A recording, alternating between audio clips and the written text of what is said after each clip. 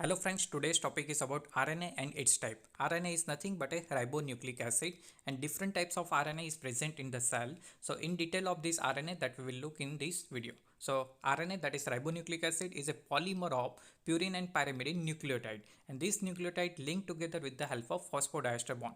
It is same as a DNA. So DNA, there is a phosphodiester bond is there, but further you have to remember there is a between nitrogenous base and sugar, that particular N-glycosidic bond, and which bond is absent in RNA? Particular hydrogen bond is not there. So this hydrogen bond between two polynucleotide chain of the DNA, but there is only one chain of this nucleotide, so it is a single chain of polynucleotide, so it does not contain any hydrogen bond. So that you have to keep in mind. Second, that cellular RNA are of different five types. So five predominant types of the RNA is seen inside the cell. First one, that is mRNA. Second one, that is hnRNA, that is called a heterogeneous nuclear RNA. So broadly it is said as if only three types, that is mRNA, rRNA and tRNA, but you have to remember now that there are total five types and one more, that is heterogeneous nuclear RNA as well as snRNA. So that all we will look in this video. So first one, that is messenger RNA. Second one, that is heterogeneous nuclear RNA. Third one, that is tRNA, that is transfer RNA.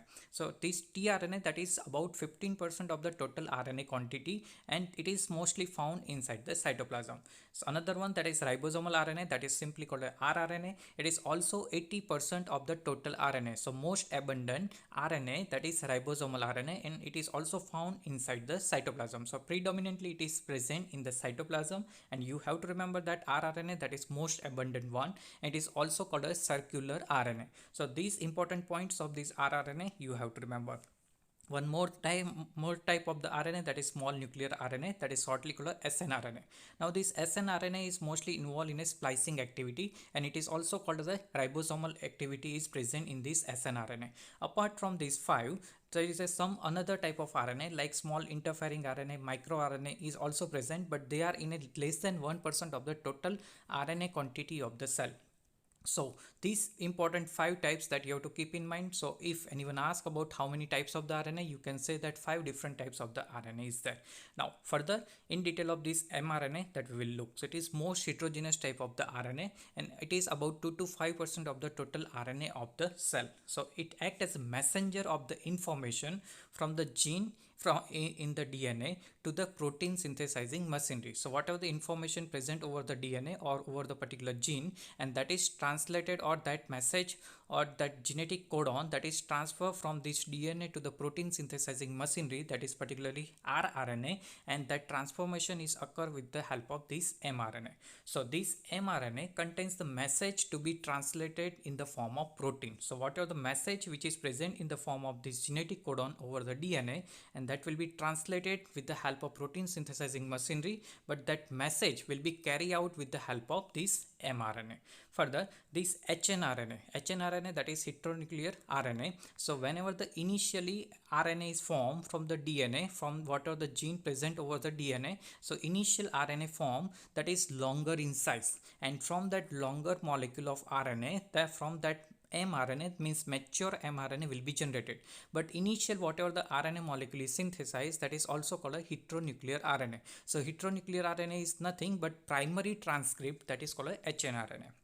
Now this hnRNA, that will undergo the various post transcriptional activity, means over that hnRNA so many modification will occur, means over that particular RNA molecule, heteronuclear RNA, the particularly splicing, means cutting off some part of that particular RNA molecule will be there. There is a addition of the poly A tail, means over the 3' end of the hnRNA, particular poly A, means polyadenylated nucleotide will be added, and this nucleotide in a range of 85 to 250 nucleotides, and that will be added over the 3' end of the RNA. Further, over the 5' end of this hnRNA, one particular cap, means 7-methyl guanosine cap is there, and that is all utilization of 5' cap, 3' polyetailing and splicing is ultimately required to form a mature mRNA. So that all transcription, all changes will occur, and that all are called a post transcriptional modification.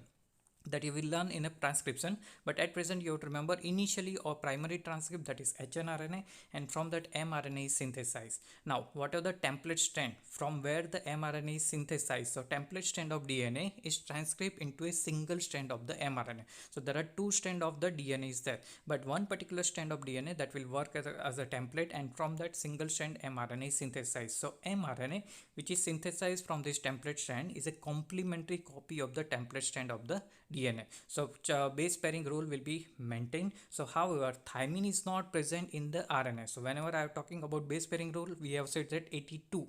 A means adenosine to the thymidine will be there, but here what happen when this mRNA is synthesized or RNA is synthesized, what happen, thymine will not be there. Instead of that thymine, that uracil will be present. So thymine is not present in mRNA, instead of that uracil will be incorporated.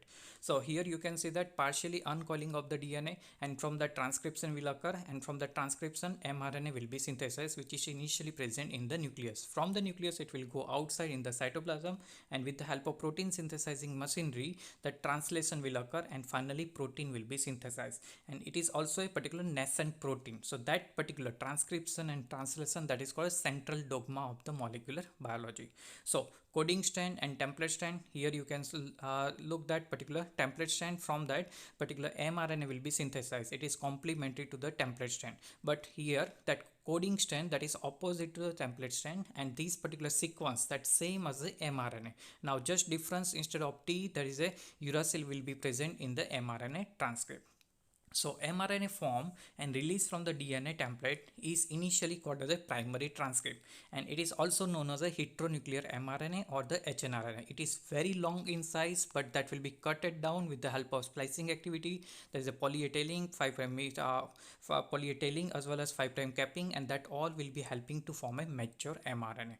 So further, that all about the mRNA as well as hnRNA. Next, that is about the tRNA. So this particular shape, that is of a clover leaf like structure, and this clover leaf like structure, that is called secondary structure of the tRNA. While when it is asked about tertiary structure, you have to remember this particular tRNA have a L-shaped structure of the particular tRNA in a tertiary structure. So this particular tRNA, it have a clover leaf like structure, and it has a different type of the arm.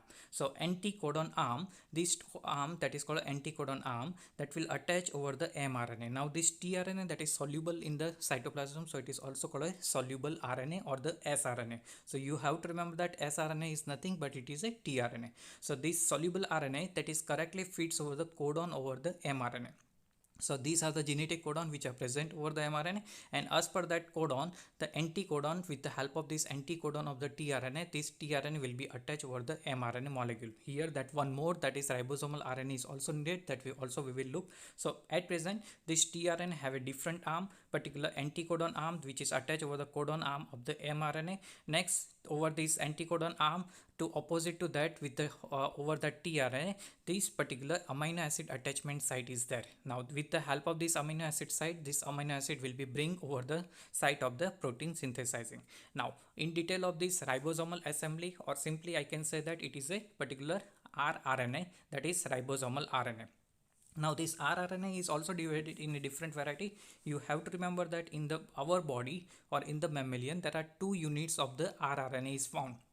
So first one, that is small RNA, that is called a small rRNA, that is 40S, means overall size that is smaller, and that is also useful for the site of the attachment of the mRNA. Now over that small RNA, mRNA, particular tRNA will be bring, and it is helping for the protein synthesizing. That all you will learn in a translation. But at present you have to remember that small unit 40S rRNA, ribosomal RNA, one more, that is large subunit of the 60S RNA.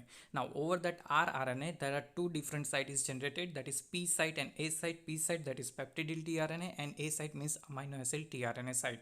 And over that particular different tRNA will bring amino acid, and finally a large protein or nascent protein will be synthesized. So ribosome bound with the tRNA and mRNA. So this shows the combination of all tRNA, rRNA and the mRNA. So that's all about the different types of the RNA which is found commonly in the cell. So that's all about RNA and its